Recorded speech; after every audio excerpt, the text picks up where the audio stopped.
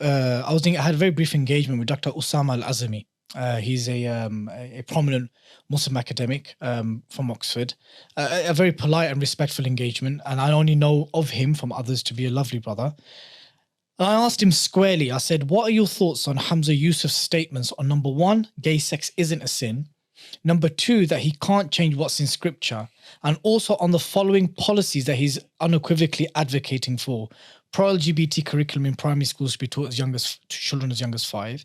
No to conversion therapy. By the way, conversion therapy, brothers and sisters, is when someone is a homosexual or identifies as a gay or lesbian, that Humza Yusuf said he will ban, criminalize any kind of dawah or nasiha or any therapy to bring them back to heterosexuality.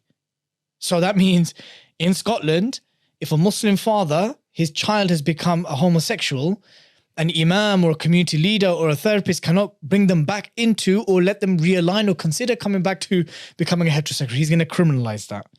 And abortion rights right up to birth. So killing up to birth. Up to birth. So does that mean like an 8-month-old you take out? Yes. Wallahi. Yeah. So he supports this. Yeah. Yeah, openly he says this. I mean, it's unbelievable. Really. So Dr. Usama Al-Azmi, he goes, in as much as he does these things, he's obviously sinful.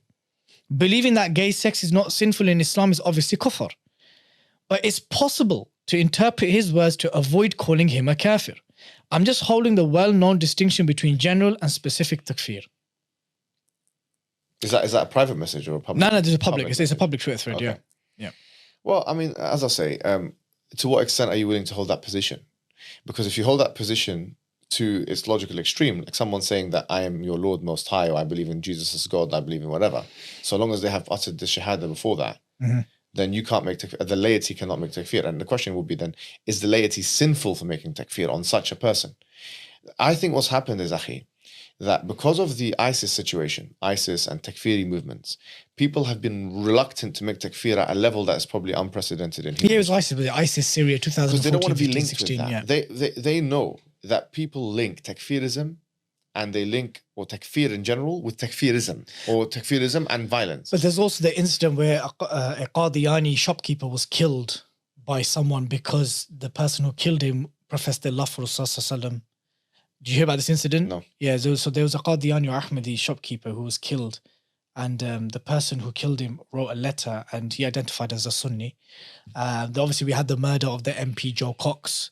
We had by a far-right individual. We had the murder of David Arness by a person who identified as a Muslim.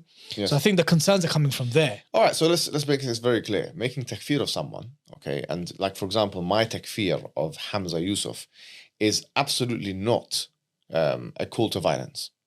In fact, we would consider someone doing violence to this person to be a sinful act in and of itself because of the detriments, the societal detriments it would have, and because no one's a qadi here, no one's a judge during execution. We're living in the West, you know, which actually is very important because when people think about takfir, they automatically think I can be the judge of this, or someone who pronounces takfir of someone's a fatwa to kill them.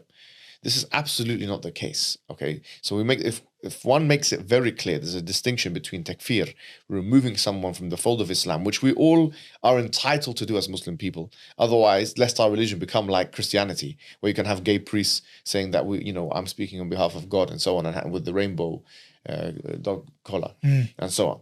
We can't have that in our religion. We won't have that in our religion. But it seems like we're edging towards that. The Prophet ﷺ told us, لَتَتَّبِعَنَّ سَنَّ مَنْ كَانَ قَبْلَكُمْ شِبْرًا شِبْرًا وَذِرَاعًا بِذِرَاعًا ذِرَاعًا ذِرَاعًا حَتَّى إِذَا دَخَلُوا جُحْرَ ضَبٍّ دَخَلْتُمُ.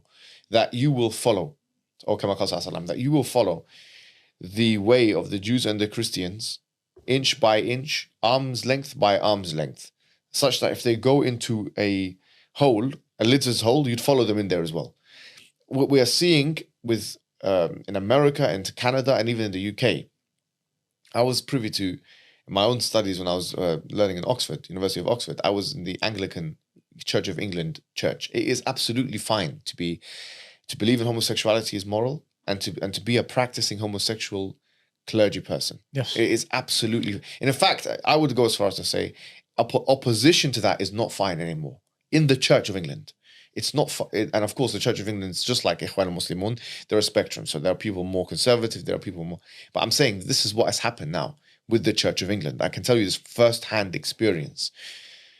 do we really want to see Islam go into that direction? Do we really want to see Islam become, like, sorry to say, North America is behind us in this regard, because if people like Ilhan Omar, people like Rashida Tlaib and others, they have been allowed to. Bro, can you imagine the discussion we were having maybe some time ago? I had a discussion with Yasser Qadhi. It's on the public record. And the discussion I was having with him was to do with whether or not he would even condemn her publicly for her belief. Yeah. Forget about takfir. The discussion was whether or not she would be condemned for believing in LGBTQ, transgender stuff, and would she be condemned? And he said, no, the maslaha. You heard what he said. And he even told us, in the UK, you've got nothing to do with the US, kind of like, I'm paraphrasing, but you've got nothing to do with the US. And now he's commenting on the UK, by the way. The same person, he's making a big thread about the UK. And others. But I'm saying that, this whole idea of stay out of our, which is nonsense. I mean, me and you both know this is nonsense. But the idea of stay out of the US, he's now commenting on the UK. But the issue is, look what's happening in the US. I went to ICNA convention. It's the biggest, I think it's the biggest of its kind. One of the biggest ones, yeah. If not, it's the second. The first or the second. But there's a lot of people there. There's ICNA and the RIS between those two, yeah. And there was tens of thousands of Muslims there. It was shocking, actually. I've never seen many Western Muslims in one place. And bro, like, Ilhan Omar was in that conference. No one condemned her in that conference. When I came back, I realized that I didn't even know she was in the conference. Wallahi, I didn't even know. When I came back, I had to make a statement of condemnation that, who's this? They're letting her in. The reason why they're letting her in is because of this maslaha card. Because once again, we go back to this assimilation, gradualism policies. The first question is to the Muslim Brotherhood in the West is, who's given you the permission to make decisions on our behalf that we are okay with this kind of thing? Who's given you permission? The reason why a lot of them are upset, bro, is simply because we've decided not to accept the narrative anymore. And the reason why I did this really quickly is because now look at what we're discussing, whether or not he's a Muslim. We're not discussing whether or not his policies are good for Muslims. Or whether he should be condemned or not. That's now that goes without saying. Yeah. Do you see what I'm trying to say? Takfir has had the net impact of moving the goalposts from discussion of whether or not. I mean, Yasser Qadhi put out a post talking about, I believe in this and I believe in that, it's a good thing. He doesn't say it's a good thing, but you see his post on Facebook. Yeah. 95% of the people commenting on his post, without any exaggeration, condemned him. Many of them put the video of me saying, takfir of him, but 95% of his own followers condemned him. And they were making istidlal, the lay people were making istidlal from Abu Bakr as-Siddiq and Umar and this and that. And they were making istidlal. They were telling him, we're not taking this anymore. Bro, I just want to say something, just want to echo that point. Anyone who says, because we had Zara Mohammed from the Muslim Council of Britain come on to Sky News and said that, she spoke on behalf of Muslims here, by the way, bro. She said, Muslims are ecstatic with excitement and awe upon his appointment. How dare you come on live TV as a representative of all Muslims in Britain to say that we are in awe and excitement about the appointment of Humza Yusuf. Exactly. You could have said the Muslim Council of Britain are in excitement and in awe, but you chose to speak on behalf of Muslims. And if you see the online conversations and the offline conversations, because alhamdulillah, the conversations that we've been having, the relevant noise, the necessary noise that had to be made, no one is in excitement and awe. There might be some elements of those who subscribe to that level of thinking or that type of ideology or methodology to attain power. But from what I'm seeing, the public opinion, the Muslim public opinion on these specific issues has been overwhelmingly against Humza Yusuf and very critical. And that's what I find ironic about the liberal aspects or the liberal segments from the Ikhwani Muslim Brotherhood movement, is because they're not taking account what Muslim people actually want on the grassroots. Even though in the Muslim countries they talk about democracy, for example. But look at all of the, for example, I've had conversations with Hanafis, Deobandis, the Brelvis, bro. They've been takfir. Yeah, of course. The Brelvis made takfir of him.